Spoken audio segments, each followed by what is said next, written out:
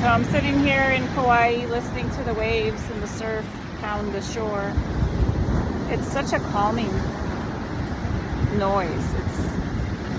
It does something to my system. It helps just kind of soothe my soul. Soothe the angst. I feel a lot of angst. I feel a lot of I feel a lot of oppression, actually. I feel a lot of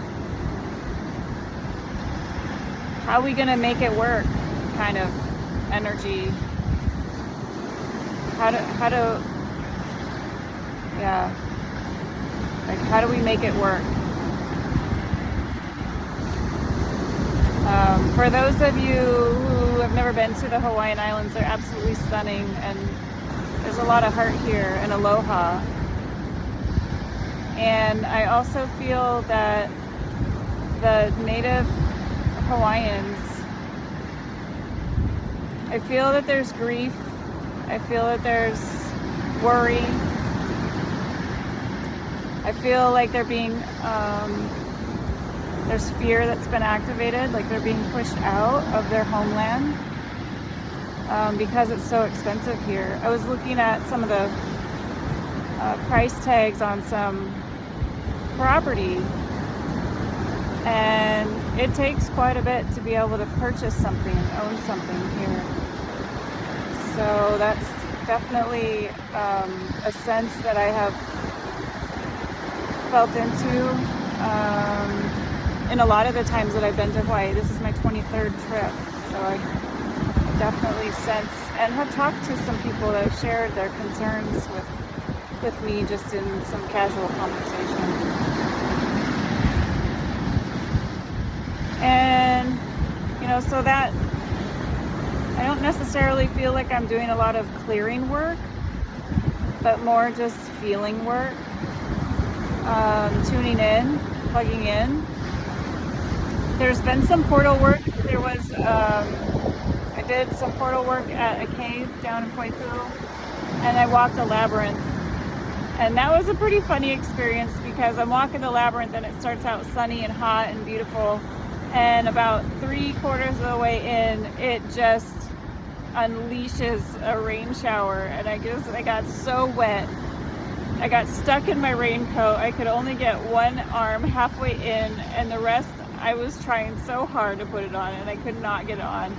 And so I just ended up like draping it over my head, and all of the water ran down my leg and into my shoe, and I had the wettest sock experience I've ever had hiking so far. But I was proud of myself because I weathered the storm and continued on. I didn't get blown off my path. I hunkered down kind of, and stood there, and then finished out the rest of the labyrinth and got to the middle, and just really had some nice moments of working some energy in the middle of the labyrinth, because it's a kind of a sheltered, it's got bushes around it and a tree that you can stand under, so it's a little bit of a sheltered middle part of a labyrinth. And there's some places along the cliffs that just are so stunning, raw lava, just incredible. And it felt very dragon. There was just a real sense of dragons that were there. And I walked by a couple of cracks in the land, and they were breathing. Like the wind was actually blowing up and out and then sucking back in and down. So it was like dragon breath in a couple of places, which was awesome to experience. Yeah, so doing a little bit of portal work. I did some work yesterday for the death portal. I didn't get to the death portal. I was about 2 miles out when I decided to turn around. But I did do I felt some pretty strong energy being pointed in the direction of the portal. I felt an opening the day before at the cave. So letting some energies have a way out and off of the planet. Yeah, that's something that I do. I haven't really talked about it much, but I open portals as like an exit.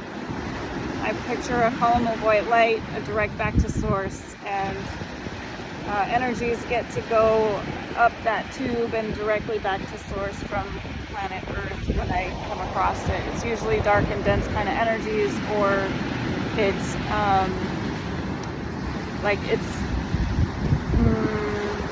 souls. Sometimes souls are in that dense and dark kind of energy, and they get escorted back to source. So it's a way to return to that universal source of love for them. It's like their contracts are complete because Earth is ascending and their job is done, their contracts are complete, they've done their work, and it's time for them to move on to the next thing, whatever their soul has for them. So I help and assist with that, and that happened on Saturday.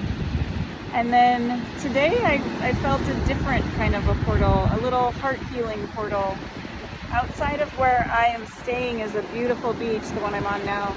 And to one side I got kind of pulled in that direction, and when I walked over there, there was a giant rock, a black lava rock that looked like a heart, in the shape of a heart, with some cracks on it. And I just felt called to kind of activate it and have it be a place where if somebody went and sat on that rock, in their contemplation or in their meditation or just in a quiet moment, and they're the right energy to access it, that they could receive heart healing from that space.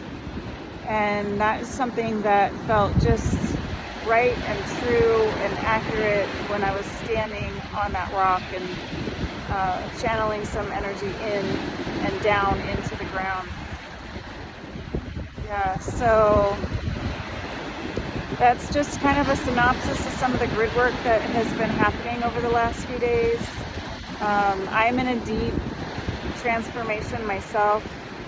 The oracle card I pulled for this trip was rebirth, and to see beauty. And it's been a really quiet kind of a trip for me. Usually, well, not usually, but the last few trips I've had other people along with, and so I've had a lot of great conversation and other people helping with the grid work. And this time it's not like that. It's kind of back to the way it was before, which is just me walking along and listening and feeling into what's needed at that time and at that location.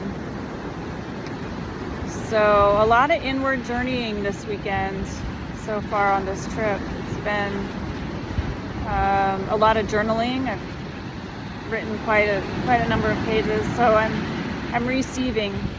I'm definitely in a receiving mode.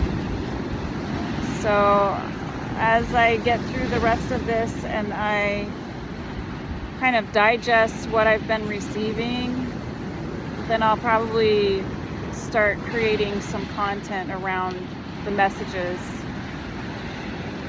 Yeah.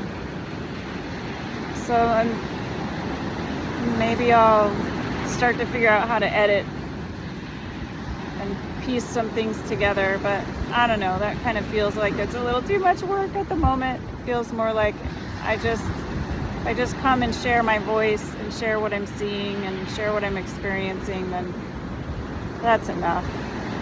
I'm really getting the call to just be me, to not overdo it, to not perfectionistic, I don't know what the word would be, to perfectionistic eyes, is that a word? Perfectionistic eyes, my work, like that just doesn't need to be there. It's more powerful when it's just raw and real and authentic and in the moment, and that's what this is. So I think I'm gonna just keep doing what I'm doing for right now, and we'll keep listening, and we'll keep chatting and sharing, and we'll see where it goes from here.